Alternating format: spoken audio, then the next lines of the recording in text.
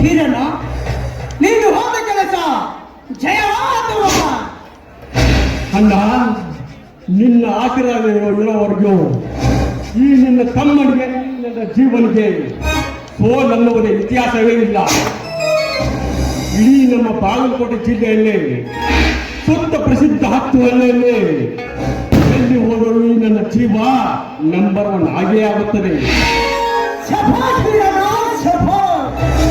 ಅಂದಾಗ ಈ ನನ್ನ ಜೀವನಿಗೆ ಸೋಲನ್ನುವುದೇ ಇತಿಹಾಸವೇ ಇಲ್ಲ.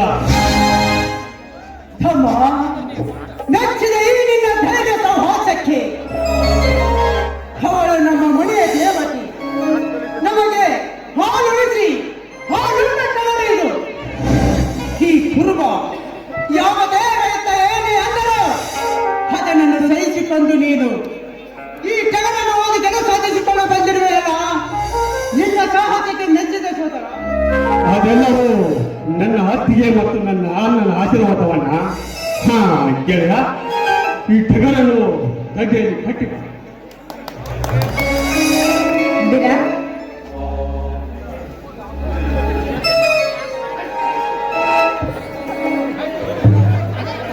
ವೀರ ಬಾರಪ್ಪ, ದಡದ ಬಂದ ಕಡೆ ಹಣಕ್ಕಾಗಿ ಬಂದೆ.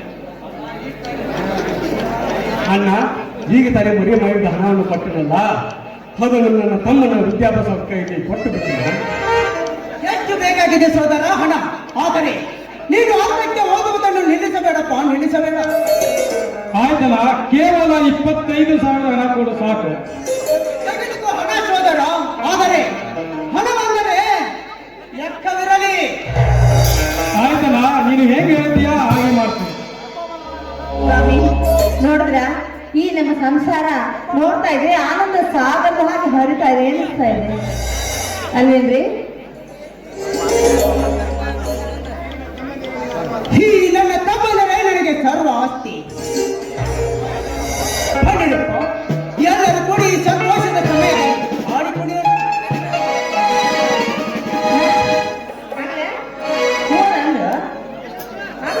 ಆಯ್ತು ಹೊತ್ತಿಗೆ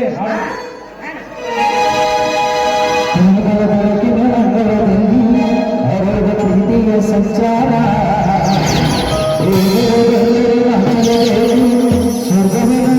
ಸಂಚಾರ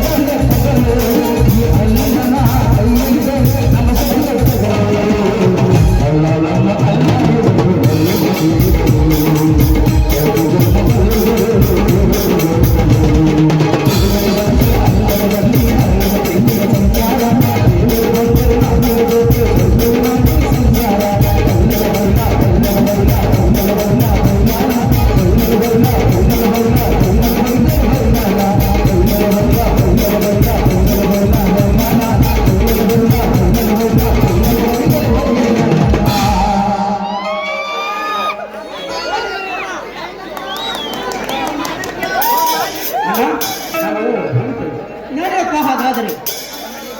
ಮಗಳ ಏನ್ರಿ? ವೀರನ ತಾಯಿ ನನ್ನ ತಾಯಿ ಅಕ್ಕ ತಂಗಿಯರು. ನನ್ನ ಚಿಕ್ಕಬ್ಬ ಅನುಭವದಿಂದ ಸಾಯವನ್ನು ವೀರನೆಂಬ ಕೂಸನನ್ನು ನನ್ನ ಕೈಗೆ ಕೊಟ್ಟು ಸತ್ತು ಹೋದ. ಹಾಗಾಗಿ ಈ ವೀರನೆಂಬ ಕೂಸನನ್ನು ನನ್ನ ಕೈಗೆ ಕೊಟ್ಟು ಸತ್ತು ಹೋದ ಮೇಲೆ ಸತ್ಯವಂತ ತಮ್ಮನಾಗಿ ಬೆಳೆಸಿದ್ದೇನೆ. ಅವನಂದರೆ ನನಗೆ ಪಂಚ ಪ್ರಾಣ.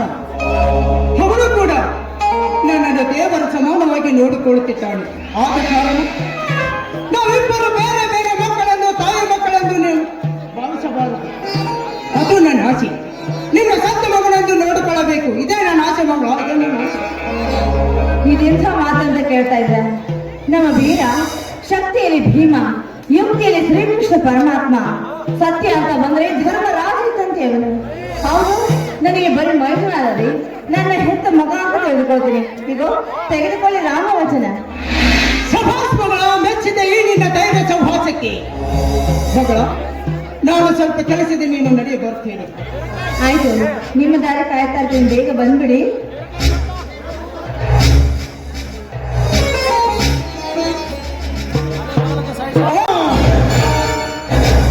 ನನ್ನ ಎದೆಯ ಚೋಳದಲ್ಲಿ ಪುಟದೇಳುತ್ತದೆ ಅಗ್ನಿ ಚೋಲಿ. ನಿನ್ನ ಮೇಲಿನ ಸೇಡು ಹಾಗೆ ಸಾಧಿಸಬೇಕಾದರೆ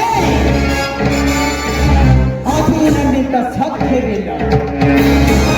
ಯಾಕಂದರೆ ಆ ನನ್ನ ಚಿತ್ತನ್ನು ವಚನ ಕೊಟ್ಟು ಸಾಯುವುದಿಲ್ಲ. ಇವನನ್ನು ಪೈಲ್ವಾನನಾಗಿ ಬೆಳೆಸ ಎಂದು ವಚನ ಕೊಟ್ಟಿದ್ದಾಳೆ. ಆದರೂ ನಿನ್ನ ಮೇಲೆ ಮನೋಹರನ ಮೇಲೆ ಒಂದು ಕಣ್ಣಿಟ್ಟುಕೊಂಡು ನಿಮ್ಮನ್ನು ಸಾಧಿಸುತ್ತೇನೆ. ಒಂದೇ ಒಂದು ನನ್ನ ಸತಿಗೆ ತಿಳಿಸುವುದಿಲ್ಲ, ನನ್ನ ತಮ್ಮಂದರಿಗೂ ತಿಳಿಸುವುದಿಲ್ಲ. ತಾಯಿ ದುರ್ಗಾ ಪರಮೇಶ್ವರಿ, ನನ್ನ ತಮ್ಮ ಎರಡನೇದವಳು. ಅವರೇ ನನ್ನ ಸ್ವಂತ ತಮ್ಮನೇ. ಅವನೇಕೋ ದಾರಿ ಬಿಡುತ್ತಾನೆ ಅಂತ ತಂದೆ ಮಾರುತ್ತೇಶ್ವರ. ಅವರನ್ನು ಕಾಪಾಡುವಾಗ ನಿನ್ನನ್ನು